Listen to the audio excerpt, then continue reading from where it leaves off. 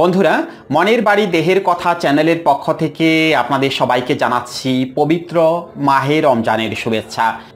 বিশেষ করে আমার মুসলমান ভাইয়েরা যারা আছেন তাদের জন্য অত্যন্ত পবিত্র একটি মাস হলো এই মাহে রমজান, অর্থাৎ এই রমজান মাস। এই রমজান মাসেই নিজেকে নিয়ন্ত্রণ করা যায়, সমস্ত রকমের পাপ তাপ রোগ শোক যন্ত্রণা থেকে নিজেকে মুক্ত রাখা যায়, নিজেকে মুক্ত করা যায়। এটা এমনই একটি পবিত্রতম মাস এই মাহে রমজান। আপনারা চাইলে পরে এই মাসটাকেই বেছে নিতে পারেন নিজেকে বদলানোর জন্য, নিজের ভেতরটাকে বদলানোর জন্য।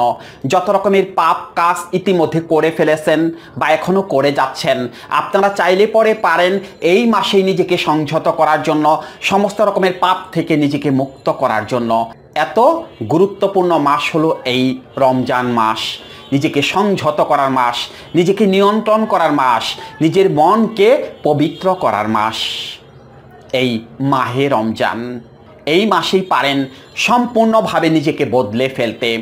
যারা জঘন্যতম কাজটা থেকে নিজেকে বের করে আনতে পারতেছেন না, যারা প্রতিনিয়ত ওই কাজটা করে যাচ্ছেন, অর্থাৎ যারা হস্তমৈথুন বা মাস্টারবেশনের নেশা থেকে কিছুতেই নিজেকে বের করে আনতে পারতেছেন না, অনেক চেষ্টা করেছেন, অনেক কিছু করেছেন, যারা এখনও বের হয়ে আসতে পারেননি, তারা এই মাসটাকেই বেছে নিতে পারেন নিজেকে বদলে ফেলার জন্য, নিজেকে ওই জঘন্যতম পাপ থেকে বের করে নিয়ে আসার জন্য। আপনারা ইচ্ছে করলেই পারেন এই মাসে নিজেকে সম্পূর্ণরূপে পরিবর্তন করার জন্য।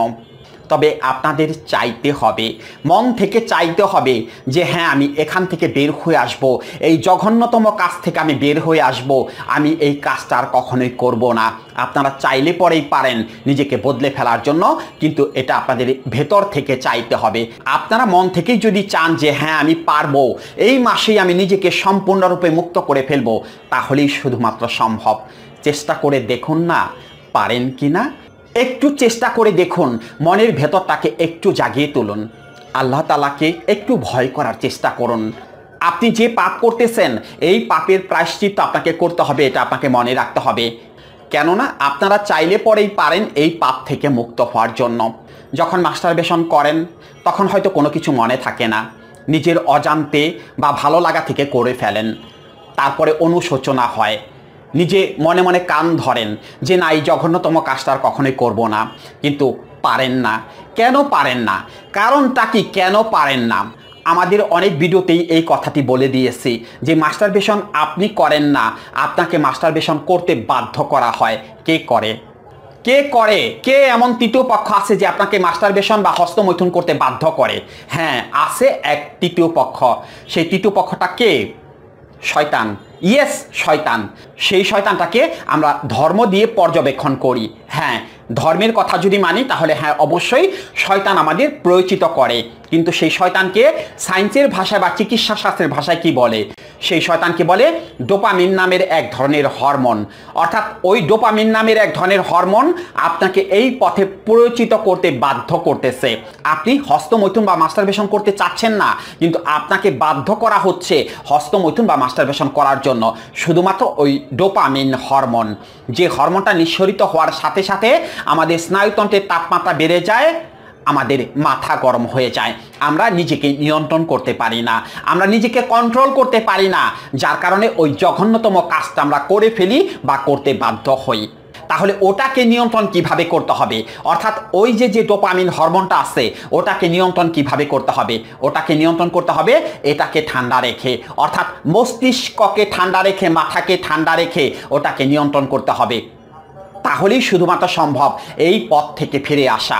আপনি যতই একা একা চেষ্টা করেন যে হ্যাঁ, আমি আজকে থেকেই চেষ্টা করব এখান থেকে বের হয়ে আসার জন্য, কিন্তু পারেন না। তো কারণ পারতে দেওয়া হয় না, ওই ডোপামিন হরমোন আপনাকে পারতে দেয় না।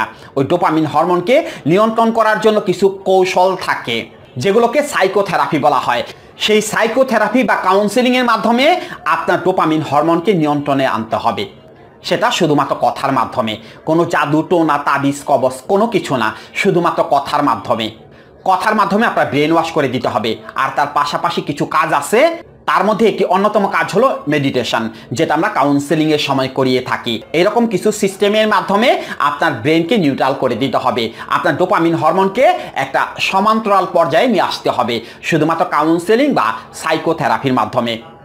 একজন মাস্টারবেশন বা হস্তমৈথুনের রোগী তিনি কি শুধুই এই কাজটাই করেন, এই জঘন্যতম কাজটাই করেন?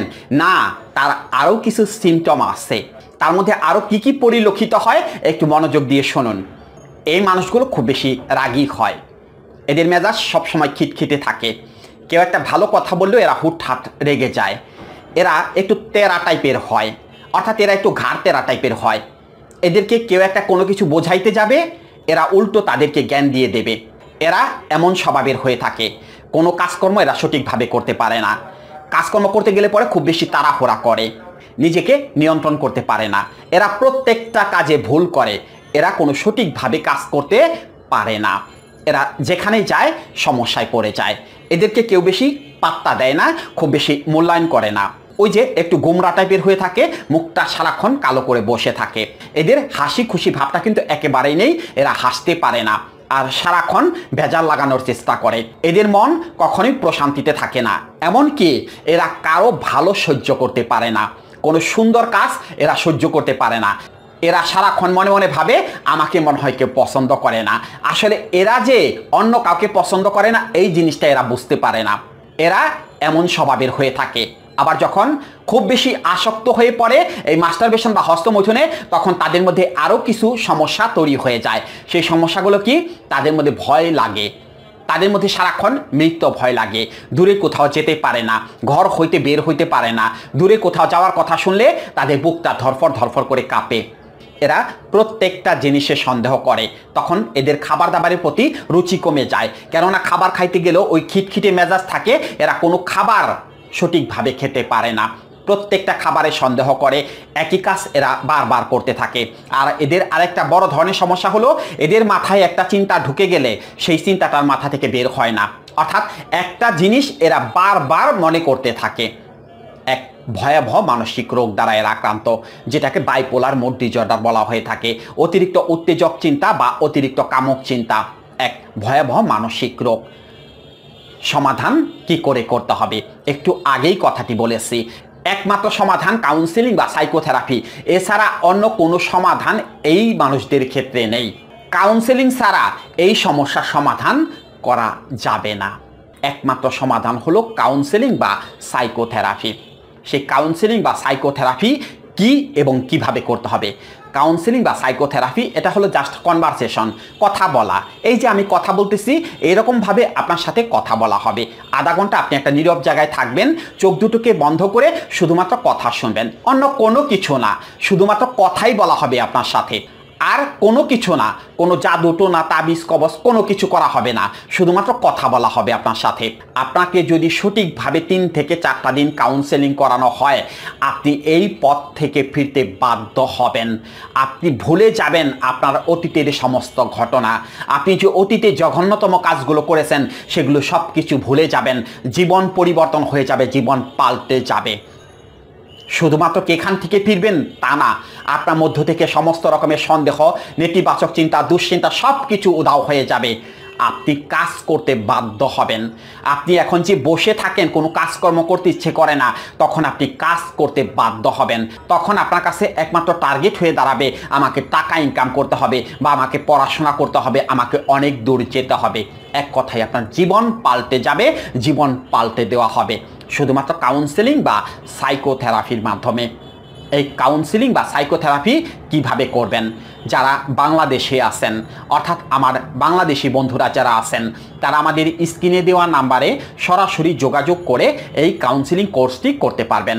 আর যারা প্রবাসে আছেন, অর্থাৎ আমার প্রবাসী বন্ধুরা যারা আছেন, তারা আমাদের স্ক্রিনে দেওয়া হোয়াটসঅ্যাপ বা ইমো নাম্বারে যোগাযোগ করে এই কোর্সটি করতে পারবেন। এই কোর্সটি মাত্র 7 দিনের, প্রতিদিন আধা ঘন্টা করে, মাত্র 7 দিনের কাউন্সেলিং কোর্স, জীবন বদলে দেওয়ার কোর্স। জীবনকে পরিবর্তন করার কোর্স। একমাত্র সুযোগ এই মাহে রমজানে। আপনারা চাইলে পরেই নিজেকে বদলে ফেলতে পারেন। আসুন না, সঠিক পথে চলে আসুন, দিনের পথে চলে আসুন।